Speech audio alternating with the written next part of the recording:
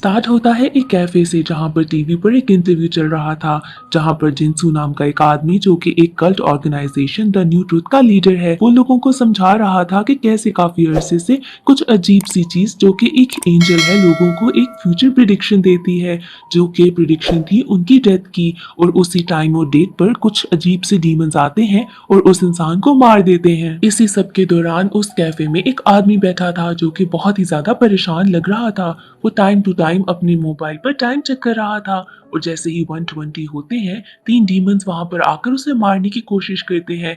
ये आदमी वहां से भागकर बाहर निकलता है, पर वो तीन डीमन उसका पीछा करते हैं और उसे बहुत ही बेरहमी से मार देते हैं और थोड़ी ही देर बाद वो तीनों डीमंस गायब हो जाते हैं। अब हम देखते हैं एक डिटेक्टिव को जो कि अपने दोस्त के साथ क्राइम सीन पर आता है। सारे ऑफिसर्स उसे बताते हैं कि कैसे यहाँ पर हमें कोई भी सबूत नहीं मिला।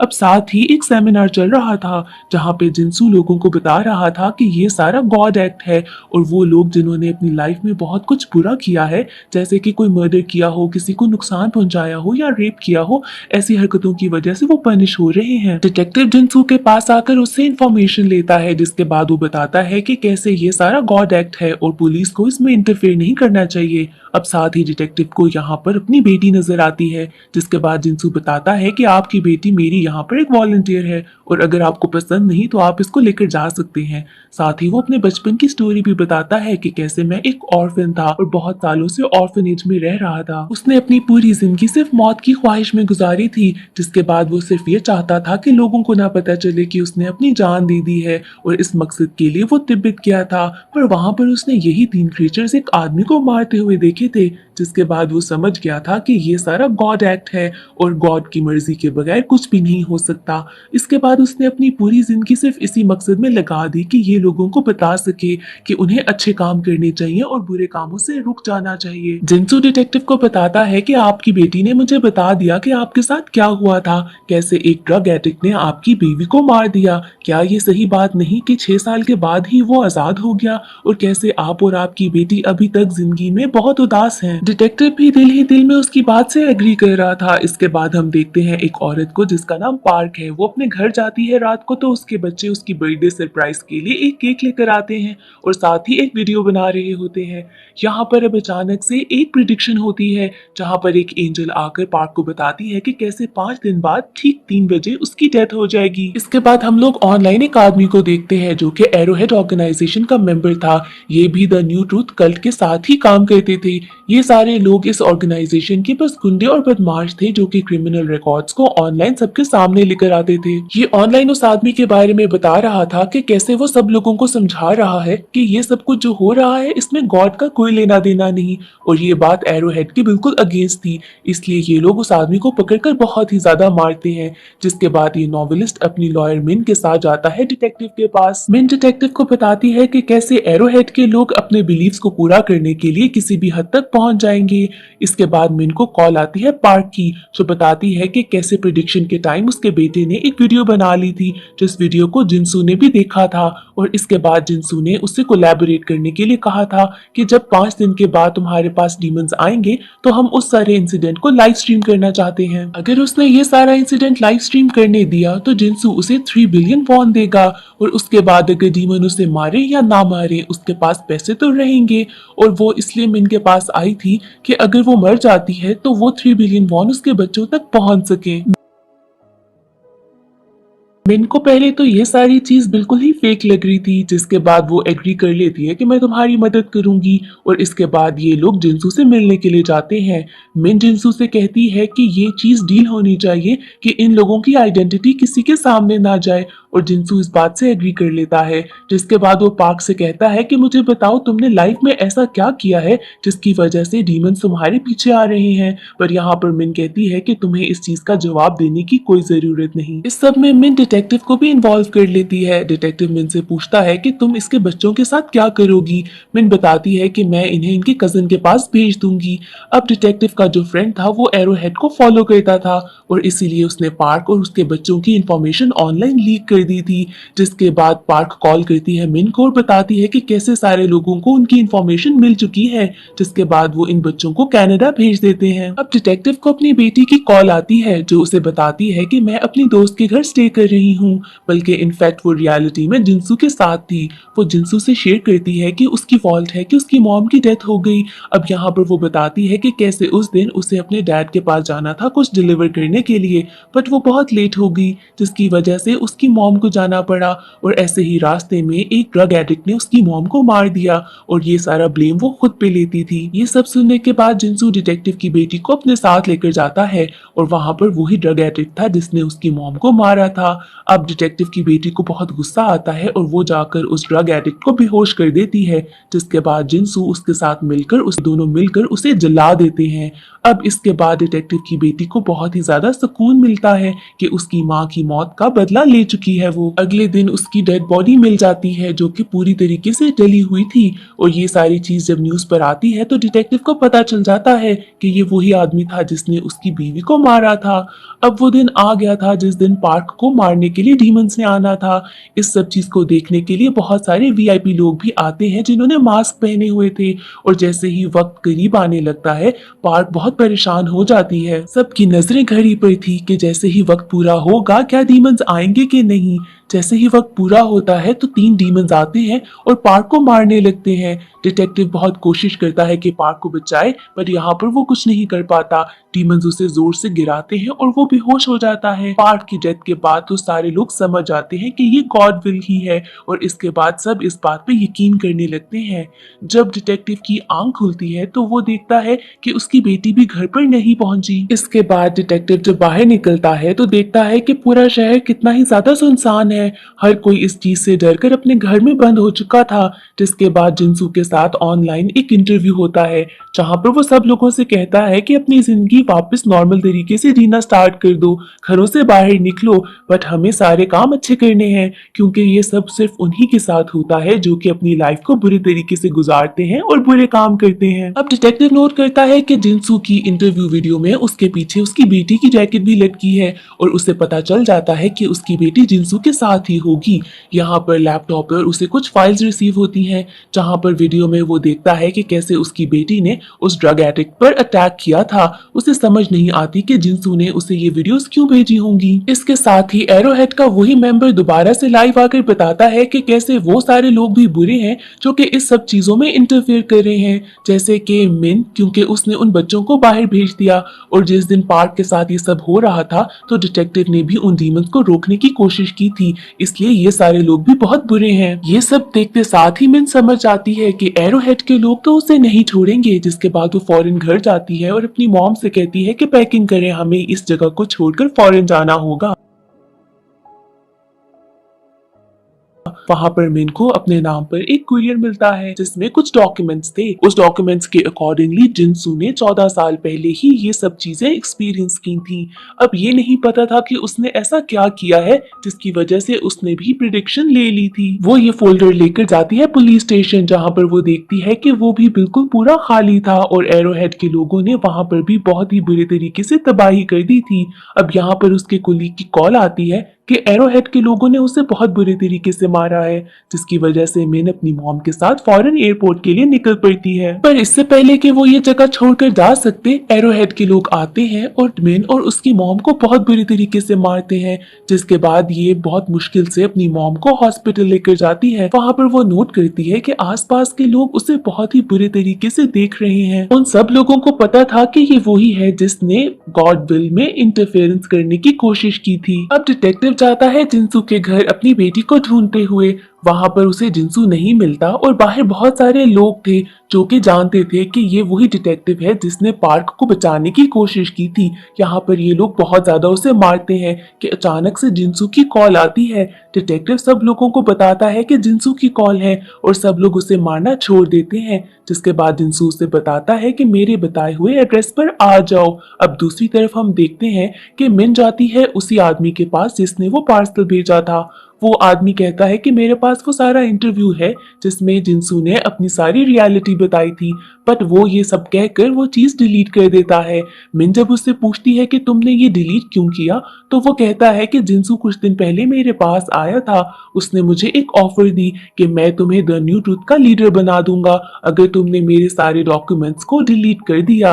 अब इसके बाद मिन भी वहां से जाने लगती है और बाहर उससे बहुत सारे लोग मिलते हैं जो कि उसे मारने लगते हैं। वो इतनी ज्यादा जख्मी हो जाती है जिसके बाद वो लोग उसे एक जगह पर छोड़ के भाग जाते हैं। अब डिटेक्टिव पहुंचता है उस लोकेशन पे जो कि जिनसू ने उसे भेजी थी। वहां पर जिनसू खुद डिटेक्टिव का वेट कर रहा था। जब डिटेक्टिव आता है तो जिनसू उसे कहता है कि मेरी प्रिडिक्शन भी हो चुकी है 14 साल पहले और मेरी प्रिडिक्शन का टाइम 10 मिनट बाद खत्म होने वाला है, जिसके बाद डीमंस मुझे भी आके मार देंगे। बट मुझे नहीं पता कि मैंने ऐसा क्या किया था जिसकी वजह से मुझे प्रिडिक्शन मिली। पूरी जिंदगी मैंने उस वजह को ढूंढने में लगा दी और इसी वजह से मैंने पूरी जिंदगी बहुत डर कर जी है और शायद इसी वजह से मैं अच्छे काम करता रहा। अब मैं भी ये चाहता हूँ कि पूरी दुनिया में लोग डर कर जिंदगी गुजारें और अच्छे काम करें ताकि बुराई यहाँ से खत्म हो जाए। डिटेक्टिव बहुत ज्यादा गुस्से में था। वो पूछता है कि मेरी बेटी कहाँ है। जिनसू कहता है कि तुम घबराओ नहीं, वो घर पर तुम्हारा वेट कर रही है।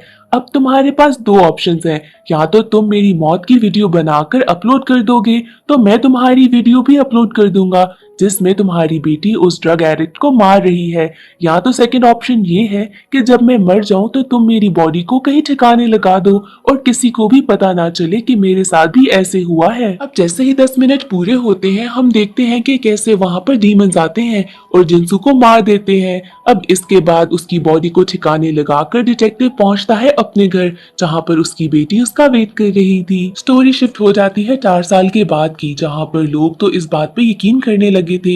इवन के डीमंस के बहुत ज्यादा जगहों पर स्टैटूज भी बन गए थे। हम यहाँ पर देखते हैं कि एक कैंपिंग वीडियो चल रही थी जो कि ये कल्ट ही चला रहा था। उसमें उन सारे लोगों को बताया जा रहा था कि जो लोग अपनी प्रिडिक्शंस को छुपा रहे हैं ताकि यहाँ पर आकर उनको मारा ना जाए, उन लोगों को सामने आना चाहिए और अपनी स्टोरी खुलकर बतानी चाहिए। अब यहाँ पर एक प्रोडक्शन टीम थी लेकिन वीडियो एडिटिंग कुछ खास पसंद नहीं आई थी। अब एडिटिंग का काम दिया जाता है मिस्टर बे को जो कि खुद इस काम से बहुत तंग आ चुका था। अभी रिसेंटली उसका एक न्यूबॉर्न बेबी हुआ था और वो अब तक उससे मिल भी नहीं पाया था। उसकी कुछ तबीयत ठीक नहीं थी इसलिए उसको इंटेंसिव केयर में रखा गया था। अब यहाँ पर वो दोबारा से एडिटिंग करने के लिए अपने दोस्त के पास जाता है पर वो डेस्क पर नहीं था। बे को वहां पर एक विजिटिंग कार्ड मिलता है जिसके पीछे एक एड्रेस भी था किसी फिशिंग स्पॉट का।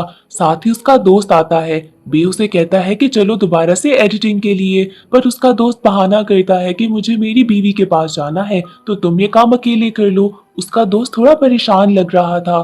साथ ही उसकी वाइफ की कॉल आ जाती है। वो बे से कहती है कि मैं तुम्हें एक वीडियो बनाकर देती हूँ तुम्हारे न्यूबॉर्न बेबी की, जिसके बाद वो इंटेंसिव केयर में जाती है क्योंकि उसके बेबी की तबीयत कुछ खास ठीक नहीं थी।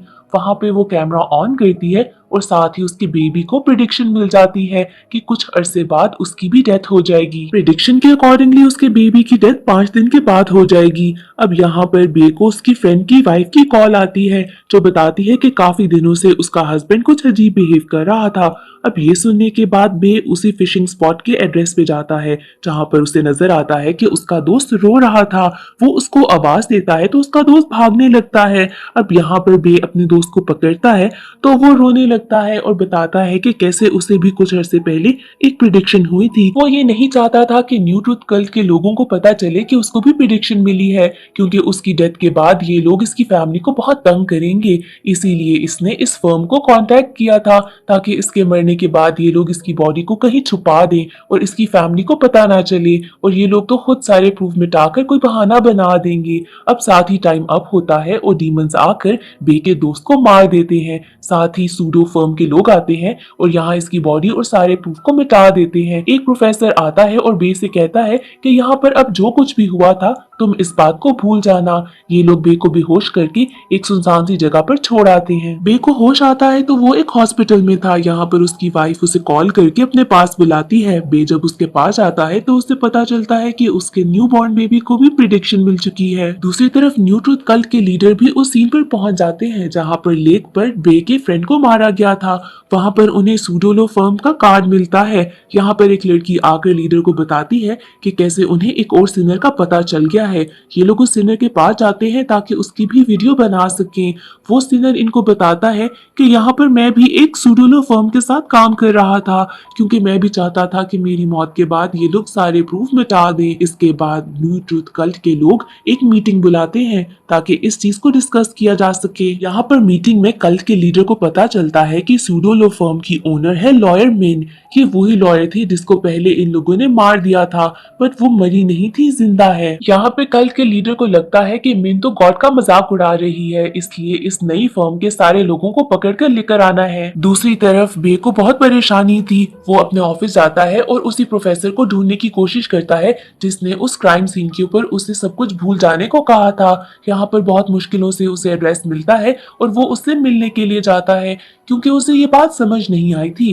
क्योंकि अगर प्रिडिक्शन सिर्फ उन लोगों को मिलती है जिन लोगों ने गुनाह किया था, तो उसके न्यू बॉर्न बेबी को कैसे प्रिडिक्शन मिल गई। यहाँ पर प्रोफेसर बे को बताता है कि ये बात बिल्कुल गलत है और सिर्फ सिनर्स ही को प्रिडिक्शन नहीं मिलती। बे यहाँ पर प्रोफेसर से कहता है कि मुझे आपकी मदद की जरूरत है। जिसके बाद ये लोग मिलते हैं लॉयर मिन से। मिन उनसे बताती है कि कैसे ये सारा काम जिनसू ने बहुत साल पहले स्टार्ट किया था, पर 4 साल पहले उसकी भी मौत हो चुकी थी। सब लोगों को लगता है कि सिर्फ सिनर्स के साथ ही ये होता है, और इस बात को प्रूव करने के लिए कि ये सब कुछ गलत है, उन्हें बहुत ही अच्छे प्रूफ की जरूरत है। मिन यहाँ पर बे से कहती है कि अगर वो अलाउ करे तो ये लोग उसके बेबी की लाइव ब्रॉडकास्ट कर सके, ताकि सारे लोगों का डाउट क्लियर हो, क्योंकि ये सिर्फ सिनर्स के साथ नहीं हो रहा।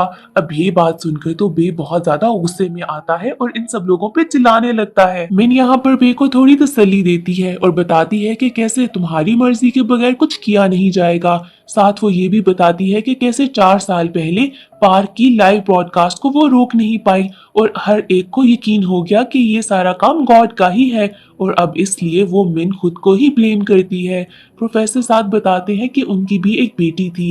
ये दोनों बीच पर जा रहे थे, जहां पर रास्ते में उसकी बेटी को प्रिडिक्शन हुई कि वो 30 सेकंड्स के बाद मर जाएगी। उसे अपनी बेटी की चेहरा अभी भी याद है कि वो उसे शायद कुछ बताना चाहती थी, पर इससे पहले उसकी डेथ हो गई। दूसरी तरफ सूडोलो फर्म के एक आदमी को न्यू ट्रूथ कल्ट के लोग उठाकर ले जाते हैं, जिसके बाद उसे बहुत ज्यादा मारते हैं। एंड पर आकर वो प्रोफेसर का नाम और एड्रेस बता देता है, जिसके बाद एरो हेड के लोग प्रोफेसर के घर पहुंच जाते हैं और उसे पकड़कर एक अलग जगह पर ले जाते हैं। यहाँ पर उसकी लोकेशन खोली जाती है ताकि पता चल सके कि वो कहाँ कहाँ गया था। इसके बाद यहाँ का लीडर एरो हेड कहता है कि इसको मार दो, जिसके बाद प्रोफेसर को मार दिया जाता है। नेक्स्ट एरो हेड का टारगेट था मिन, पर मिन उनसे पहले ही वहां से चली गई थी और वो सारा कुछ वहां से इरेज करके निकली थी। इसके बाद बे अपनी बीवी को बताता है कि कैसे वो कुछ लोगों से मिला था और अब वो उसके बेबी की लाइव ब्रॉडकास्ट करेंगे ताकि लोगों को पता चल सके कि सिर्फ सिनर्स के साथ ये नहीं होता। यहाँ पर उसकी वाइफ बहुत ज्यादा रोती है। बे अपनी वाइफ को समझाता है कि अगर ऐसा ना हुआ तो वो इसको एक एक्सीडेंट की तरह दिखा देंगे। अब नेक्स्ट डे बे देखता है कि टीवी पर दिखा रहे हैं कि न्यू ट्रूथ कल्ट के लोगों ने प्रोफेसर को मार दिया है। साथ ही टीवी पर इस फर्म के बारे में भी बता दिया जाता है। अब ऐसे ही बे कॉल करता है मिन को और बताता है कि कैसे प्रोफेसर को मार दिया गया है। मिन बे से कहती है कि वो अपनी वाइफ के साथ ही रहे। जब वो अपनी वाइफ को कॉल करता है तो उसकी वाइफ अपने बेबी को लेकर न्यू ट्रूथ कल्ट के लोगों के पास जा रही थी, क्योंकि वो जानना चाहती थी कि उसके बेबी के साथ ऐसा क्यों हो रहा है। बे की वाइफ जब वहाँ के लीडर के पास जाती है और उसे वो वीडियो दिखाती है जहाँ पर उसकी बेबी की प्रिडिक्शन हुई थी, तो वो बहुत ही ज्यादा ब्लैंक हो जाता है और कहता है कि इन्हें हर केस के बारे में नहीं पता चलता। जिसके बाद वो वीडियो लेकर बाकी सारी टीम के पास जाता है। वहाँ पर डिस्कशन होती है कि अगर ये वीडियो वायरल हो गई तो लोगों को उन पर यकीन नहीं रहेगा कि कैसे एक बेबी के साथ भी ये सब कुछ हो रहा है। जिसके बाद वो बेबी को बे की वाइफ से अलग करने की कोशिश करते हैं। न्यू ट्रूथ कल्ट की बिल्डिंग में बहुत सारे रिपोर्टर्स भी पहुंच जाते हैं, क्योंकि समझ नहीं आ रही थी कि हो क्या रहा है। यहाँ पर अचानक से एक आदमी आता है और कहता है कि 10 मिनट के अंदर उसकी प्रिडिक्शन पूरी होने वाली है। यहाँ पर बहुत ही ज्यादा अफरा तफरी मच जाती है, जिसका फायदा उठाते हुए बे और मिन अंदर जाते हैं और बे की वाइफ और बेबी को छुड़ा के वहां से भागने की कोशिश करते हैं। इसके बाद मिन इन्हें एक घर पे लेके जाती है जहाँ पर एक आदमी होता है जिसको 3 साल पहले प्रिडिक्शन मिल चुकी थी। यहाँ पर मिन बे से कहती है कि इनको अब कोई ना कोई डिसीजन लेना होगा। अगर ये लोग वीडियो सब लोगों को दिखा देते हैं तो लोगों को कई हद तक इन पर यकीन आ जाएगा। पर इस काम के लिए उन्हें वीडियो को बहुत ज्यादा वायरल करना होगा ताकि ज्यादा से ज्यादा लोगों तक पहुंच सके।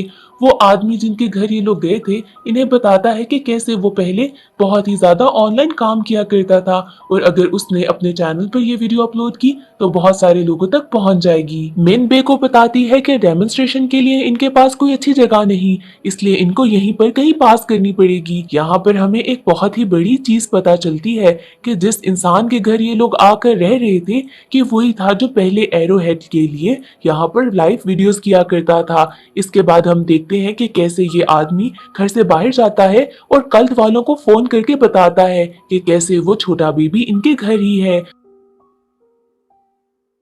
अब वहां पर लीडर इसको बहुत ही मजे से माइंड गेम के साथ कंफ्यूज करता है और बताता है कि कैसे गॉड ने ये सब कुछ प्लान इसीलिए किया क्योंकि यहाँ पर इस आदमी की भी डेमोन्स्ट्रेशन बेबी की 5 मिनट के बाद की थी। इसलिए वो उसे कहता है कि जैसे ही बेबी की डेथ हो जाए हर चीज को मिटा देना ताकि लोगों तक ये बात ना पहुंच सके कि एक बेबी को भी इस तरह से प्रिडिक्शन आई है, वरना कोई भी न्यू ट्रुथ लोगों पर यकीन नहीं करेगा।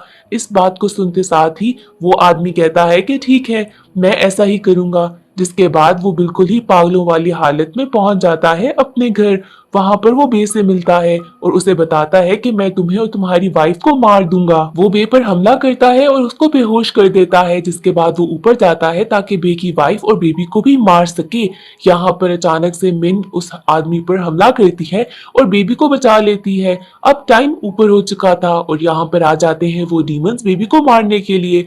मिन उन डीमन से बहुत लड़ने की कोशिश करती है। अब बे को भी होश आ जाता है और वो अपने बेबी को बचाने के लिए खुद को और अपनी वाइफ के बीच में बेबी को बचाकर बांध लेते हैं। इसके बाद डीमंस जैसे ही उन पर हमला करते हैं बे और उसकी वाइफ जल जाते हैं और बेबी बच जाता है। इसके बाद मिन बेबी को उठाती है और वहां से भागने लगती है। वही आदमी इनके पास दोबारा आता है मारने के लिए, पर डीमंस अब उस पर अटैक करते हैं और उसको मार देते हैं। सब लोग जमा हो चुके थे और देखते हैं कि कैसे बेबी बच चुका है। इतने में यहाँ पर न्यू ट्रुथ कल के लोग भी पहुंच जाते हैं। वहां का लीडर जब यहाँ पर आकर सब कुछ देखता है तो लोग यहाँ पर बहुत ही ज्यादा गुस्सा थे।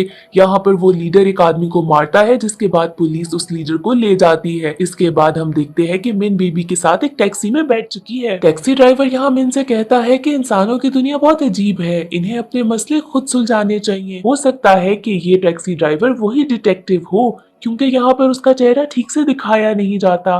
अब यहाँ पर हम देखते हैं कि कैसे पार्क की खुद बॉडी जिंदा हो गई है। हो सकता है कि बेबी के बचने के बाद वो सारे लोग जो इस वजह से मरे थे दोबारा जिंदा हो जाएं। अब ये सारी बात तो हमें नेक्स्ट सीजन में पता चलेगी। ये सीजन यहीं पर खत्म हो जाता है।